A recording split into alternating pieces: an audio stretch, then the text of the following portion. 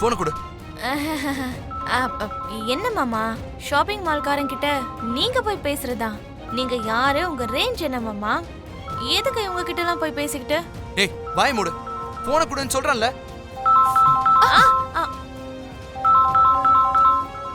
Hello,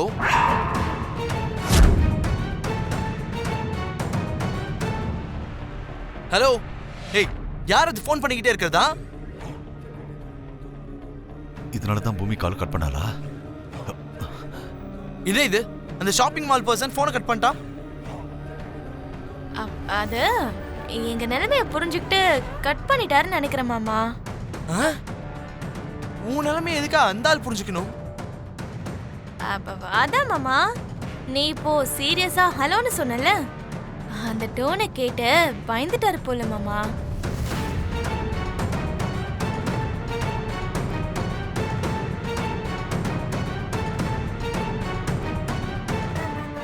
அம்மா, நம்ம போற வழியில அந்த ஷாப்பிங் மால் இருக்குல்ல? ஆமா இருக்கு. ஏன்டா இப்ப அப்படி கேட்ட? ஒண்ணும் இல்லம்மா, அந்த ஷாப்பிங் மால் கிட்ட கார் நிறுத்திட்டு அப்புறம் நானே உள்ள போய் அவங்ககிட்ட பேசுறேன். ஐயோ அத்தை, ஐயோ இப்படி வந்து மாட்டிருக்குமே. இப்ப என்ன பண்றது?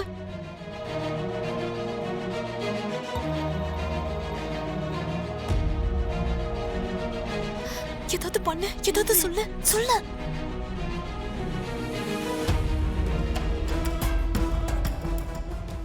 மாமா, ராத்திரி நான் சொன்ன விஷயத்தை பத்தி நீங்க யோசிச்சீங்களா மாமா? எந்த விஷயம் அபூர்வா? அதான் நம்ம பூமி கிட்ட பேசி எப்படியாவது கேபிக்கு பிண்டம் வைக்கிறத பத்தி பேசுறேன்னு சொன்னீங்களே.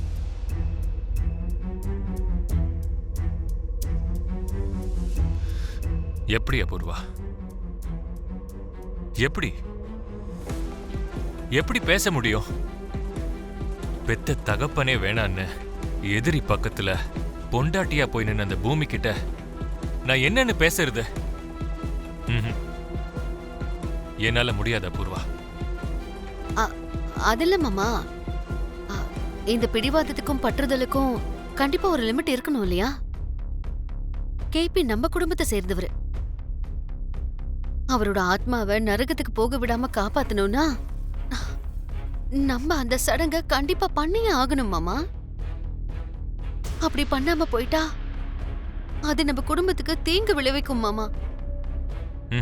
இல்ல, நீ எனக்கு எப்படி சொல்லி புரிய வச்சாலும் என்னால கன்வின்ஸ் ஆக முடியாத அபூர்வா. சரி, அப்படி எதுவும் வேண்டாம். நானும் உங்களை கட்டாயப்படுத்த மாட்டேன். ஆனா நான் உன்னை கேக்குறேன், அதுக்கு மட்டும் பதில் சொல்லுங்க. சோபா சந்திராக்காவோட ஆவி இந்த மாதிரி அலைஞ்சிட்டு இருந்தா நீங்க இதே மாதிரி பிடிவாதமா தான் இருந்திருப்பீங்களா? பூமி கிட்ட பேசுங்க. ககன் கையால கேபிக்கு பிண்டம் வைக்கிற சடங்கு செய்ய வச்சுட்டேன்னா உன்னை என் பொண்ணா நான் ஏத்துக்கிறேன்னு நீங்க சொல்லுங்க மாமா. அதே மாதிரி ககனையும் நான் மாப்பிள்ளையா ஏத்துக்கிறேங்கிற மாதிரி சொல்லுங்க. நோ, கேபியோட சாவுக்கு பரிகாரமா நான் என்னோட உயிரை கொடுப்பேனே தவிர இது மட்டும் நடக்காது.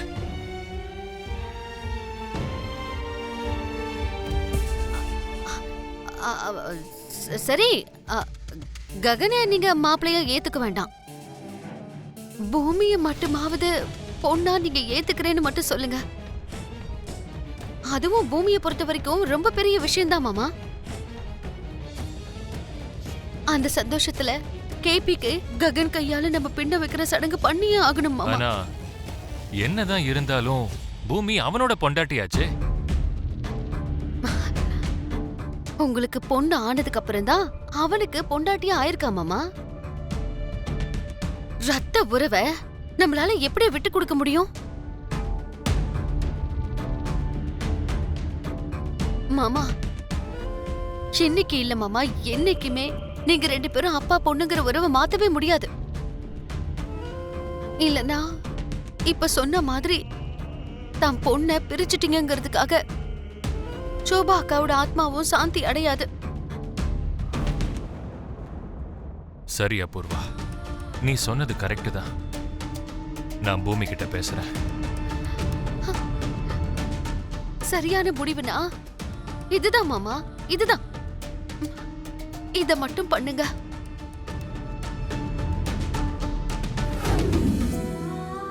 கொடுங்கம்மா.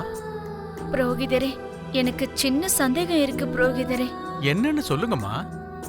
என் புருஷன் எங்களை விட்டுட்டு மேல் உலகத்துக்கு போயிட்டாரு.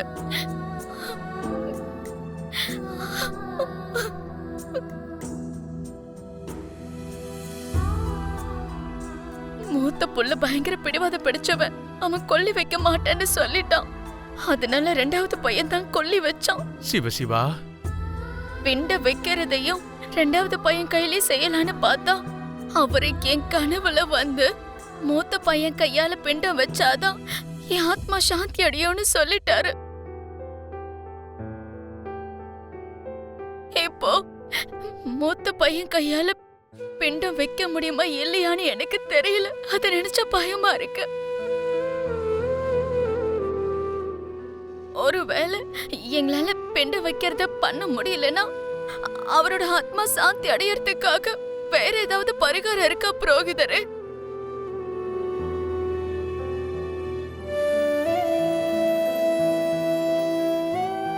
ஆத்மா சாந்தி அடையறதுக்கு பிண்டம் வைக்கிறதா முக்கியம். அதை விட்டுட்டு வேற பரிகாரம் தேடுறத சாஸ்திரம் ஒத்துக்காதுமா. அப்படியெல்லாம் பண்ணக்கூடாதுமா. எப்படியாவது உங்க பையனை ஒத்துக்க வைங்க. ஐயோ, கொஞ்சம் இருங்கம்மா, பூஜை பண்ணி ஆரத்தி எடுத்துன்னு வரேன்.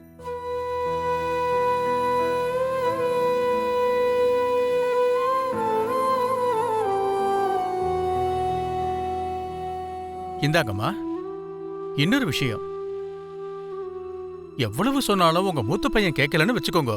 அப்ப நீதான் வேற வழி காட்டணும்னு அந்த சுவாமி கிட்டயே நீங்க வேண்டிக்கோங்க. அவரும் உங்களுக்கு நல்ல வழி காட்டுவார்.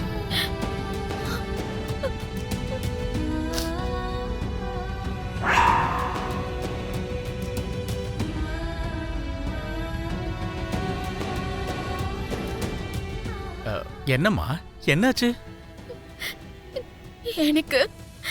எனக்கு அவரு இப்பவும் என் பின்னாடியே இருக்கிற மாதிரி எனக்கு ஒரு உணர்வு ஏற்படுது.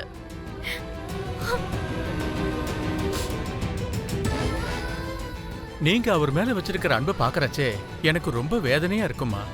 உங்களை பார்த்தா எவ்வளவு பாவமா இருக்கோ, இவ்வளவு சீக்கிரமா உங்களை விட்டு பிரிஞ்சு போன அவரை நினைச்சாலும் அதே அளவு பாவமா இருக்கு.